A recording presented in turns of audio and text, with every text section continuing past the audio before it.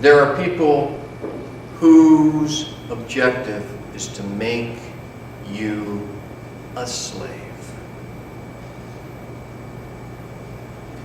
Now, I hope that scares you.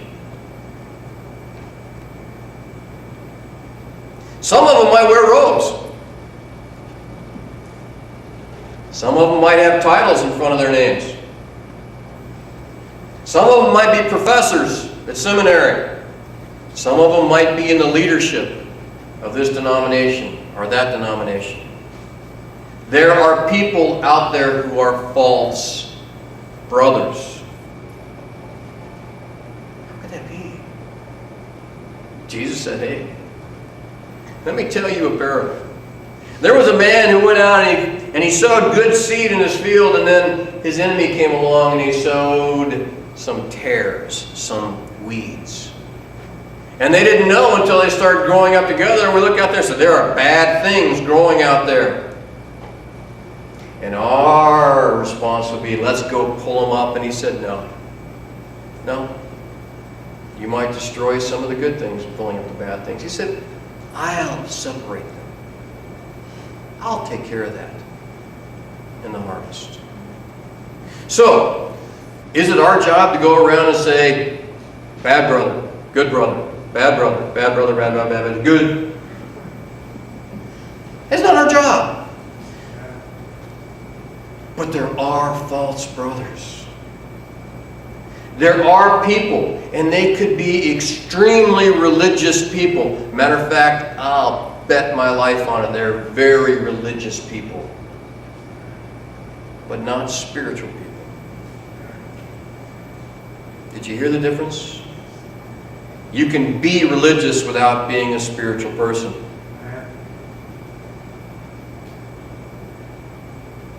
You can be spiritual without being religious. Huge, huge truth. But there are people out there, what they really want is control. They want to control you. They want power over you. They want to be able to say, here is the people you can love, and here are the people you cannot love. Here are the people you can accept, and here are the people you cannot accept. Here are the people you need to admire. And just by coincidence, they're in that group. And here are the people you shouldn't admire. What do they want? Do they want you to grow spiritually? No. He said they want to make you slaves. Slaves. Slaves. They, in fact, are slaves also. They want to take away your freedom. And in Galatians, in this book, in this part of this country of Asia Minor, of Turkey, this is the way it looked. You need to have a little operation. You need to be circumcised. You need to be Jewish. You need to obey the law. Good things in the law, right? Good ideas in the law. We like to quote the top 10, don't we? That's just the top 10. That's just the first 10. There's a whole lot more in there. Good ideas. Are you bound to them? No. No. Do you need to have them posted? Do they need to be in your courtrooms? Do they need to be in your public buildings? Do they need to be posted in your church somewhere? The top 10, the 10 commandments. Don't they need to be there? Oh, wait. Be good though, wouldn't it? Be nice. You make them real fancy, get some calligraphy.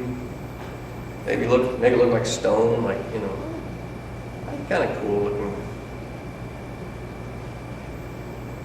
Okay. Paul is going to tell you, if you give in to this just a little bit, if you just make a little compromise, just a little one, he said, you're in big trouble, but that's in the rest of Galatians, and we'll have to see that later.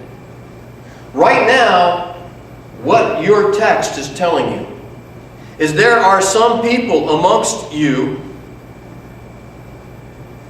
who want to take away your freedom. They want you to be slave, and you need to be aware of that.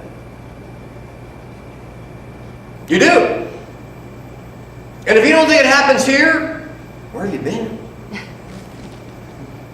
And if you don't think it happens in the church down the street, you're fooling yourself. And if you don't think it happened in the church that you grew up in, well, you had your eyes closed. There are people who are religious who are not spiritual people. And there are spiritual people who are not religious. And by the time we get to Galatians chapter 5, Paul's going to define that for us. And we say, oh, Gary, that sounds good, but it's scary.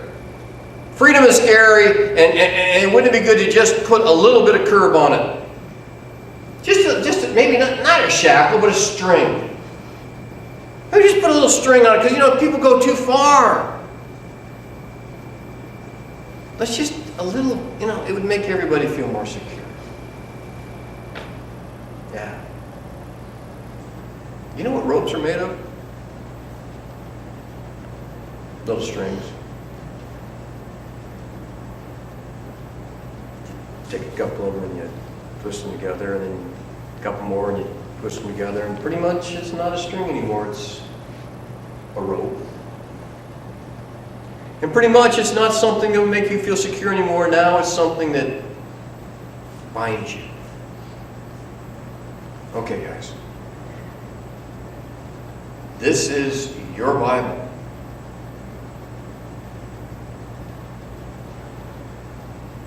There are people who want to take away your freedom. And their argument in Galatians is, Paul didn't have it right, and Paul said, no, I got it from Jesus. I know I got it right. As a matter of fact, I went and checked it out just to make sure that this isn't causing trouble. And I checked it out, and they didn't add anything to my message. And so, why are you? Why are you adding anything to the freedom that you have in Jesus? All you need is Jesus. Every Sunday we recognize that. Every Sunday we celebrate that. Every Sunday we pass the implements to say, remember Jesus. It's all about Jesus, and that's all it is. And I am free to love you. I am free to encourage you, but I am not free to take away your freedom. And I won't do it. As scary as freedom is, I won't do it. And you better not do it either. So this morning, we take the Lord's Supper. It's freedom that we pass. It is. It's freedom that we taste. It's freedom that we drink. Paul says, for the sake of freedom, Christ has set you free. There are people that want to take that away from you. There are people that want to take your focus off of Jesus and put your focus somewhere else, most likely on them. Keep pointing to Jesus. Keep passing Jesus. Keep that light about Jesus out there. And remember all week, it's Jesus.